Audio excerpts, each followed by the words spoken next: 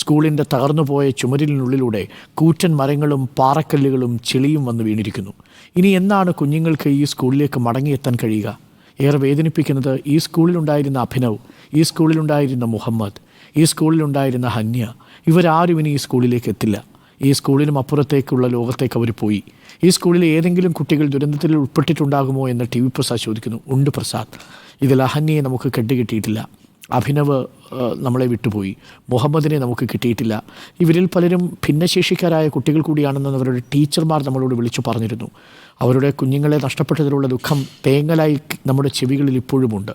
T V Prasad തയ്യാറാക്കിയ report. ഈ കാണുന്നത് എന്താണെന്നറിയാമോ? മുണ്ടക്കൈ LP സ്കൂളിലെ കുഞ്ഞുങ്ങൾക്ക് കഴിക്കാനുള്ള ഭക്ഷണത്തിന് വേണ്ടിയുള്ള അരിയാണ്. ഒരു പുത്തൻ ചാക്ക് അരിയാണ്. വലിച്ചാൽ പോലും കീറുന്നില്ല. അവർക്ക് ഭക്ഷണമാകേണ്ട അരിയാണ് ഇങ്ങനെ കിടക്കുന്നത്.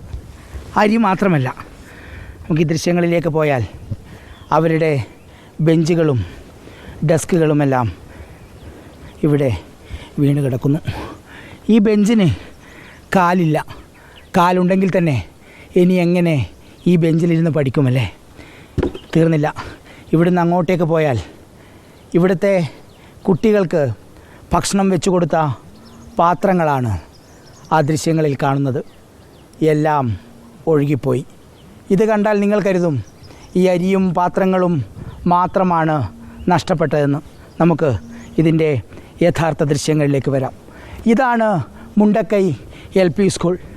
ആ ദൃശ്യങ്ങളിലേക്ക് പോയാൽ വിനയൻ, കുഞ്ഞുങ്ങൾ ഇരുന്ന് പഠിക്കേണ്ട ബെഞ്ചുകൾക്കൊപ്പം വലിയ മരങ്ങളും കൂറ്റൻ പാറക്കഷ്ണങ്ങളും മണ്ണും ചെളിയും എല്ലാം വന്ന് മൂടിയിരിക്കുന്നു. ഈ സ്കൂളിൻ്റെ മുൻഭാഗം അപ്പാടെ ചെളിയാണ്. ഈ പാത്രം മറ്റ് വീടുകളിൽ നിന്ന് ഒഴുകി വന്നായിരിക്കണം. ഏതോ വീട്ടിൽ നിന്ന് ഒഴുകി വന്ന ഒരു പുൽപ്പായയും ഇവിടെ ദൃശ്യങ്ങളിൽ കാണാം. ഇത് കൂടാതെ കൂറ്റൻ മരങ്ങളുമുണ്ട് ഇവിടെ. വലിയ ദുരന്തം സമ്മാനിച്ചിട്ടാണ് ഈ ഉരുൾ എല്ലാ വഴിയിലൂടെയും കടന്നുപോയത്. ഓരോ ദൃശ്യങ്ങളിലേക്കും നമ്മൾ പോയാൽ കരളലിയിപ്പിക്കുന്ന കാഴ്ചകൾ തന്നെയാണ് ഇവിടെ ഉള്ളത്. ഇത് കണ്ടോ? സ്കൂളുകളിൽ നമ്മൾ കാണുന്ന ഒരലമാരയാണ് ഈ കിടക്കുന്നത്. ഇതിലേക്ക് വന്നാൽ ഇവിടെയാണ് ഏറ്റവും ഭയാനകമായ ദൃശ്യം. ഉരുൾപൊട്ടലൊലിച്ചു വന്ന ഈ ഭാഗത്തോട് ചേർന്ന് നിൽക്കുന്ന സ്കൂളിൻ്റെ ഈ ഭാഗം ഇന്നില്ല. ഒരുപാട് വീട്ടിൽ നിന്നൊഴുകി വന്ന അവശിഷ്ടങ്ങളെല്ലാം ഉണ്ട് ഇതിൽ. പാത്രങ്ങളുണ്ട്, വീട്ടു സാധനങ്ങളുണ്ട്, കൂറ്റൻ കരിങ്കൽ കഷ്ണങ്ങളുണ്ട്. അതിനൊപ്പം ഇവിടുത്തെ 4ാം ക്ലാസ് വരെയുള്ള കുഞ്ഞുങ്ങൾ ഇരുന്ന് പഠിച്ച ബെഞ്ചുകളും ഒരുപാടുണ്ട്. ഇനി എന്നാണ് ഇത് സാധാരണ നിലയിലാവുക? ഇനി എന്നാണ് ഈ മക്കൾക്ക് ഇവിടെ ഇരുന്ന് പഠിക്കാൻ കഴിയുക? ഇതിൻ്റെ ഒരു ഭീകര രൂപത്തിലേക്ക് കൂടി പോകാം. ഈ ഭാഗത്തു നിന്നാണ് ആർത്തലച്ച് വന്നത്. ഇങ്ങ് നിന്ന് വലിയ കല്ലുകളും കൂറ്റൻ പാറക്കഷ്ണങ്ങളും മണ്ണും ചെളിയുമെല്ലാം ഒഴുകി വരുന്നു. ഒഴുകി വരുമ്പോൾ വീടുകളിൽ എന്താണോ ഉപയോഗിച്ചിരുന്നത് അതെല്ലാം ഇതിൻ്റെ കൂടെ വരുന്നു. ഇതിൽ ജീവിതം നഷ്ടപ്പെട്ട ആരുടെയോ വീട്ടിലെ ഒരു മിക്സിയുടെ ജാറാണിത്. ഇങ്ങനെ എത്ര മിക്സികൾ, വാഷിംഗ് മെഷീനുകൾ, TV-കൾ എല്ലാം നഷ്ടപ്പെട്ടു. ഇതിലേക്ക് പോയാൽ വീടുകളിൽ ഉപയോഗിക്കുന്ന സാധനങ്ങളെല്ലാം ഇന്ന് ഈ ദുരന്ത ഭൂമിയിലാണ്.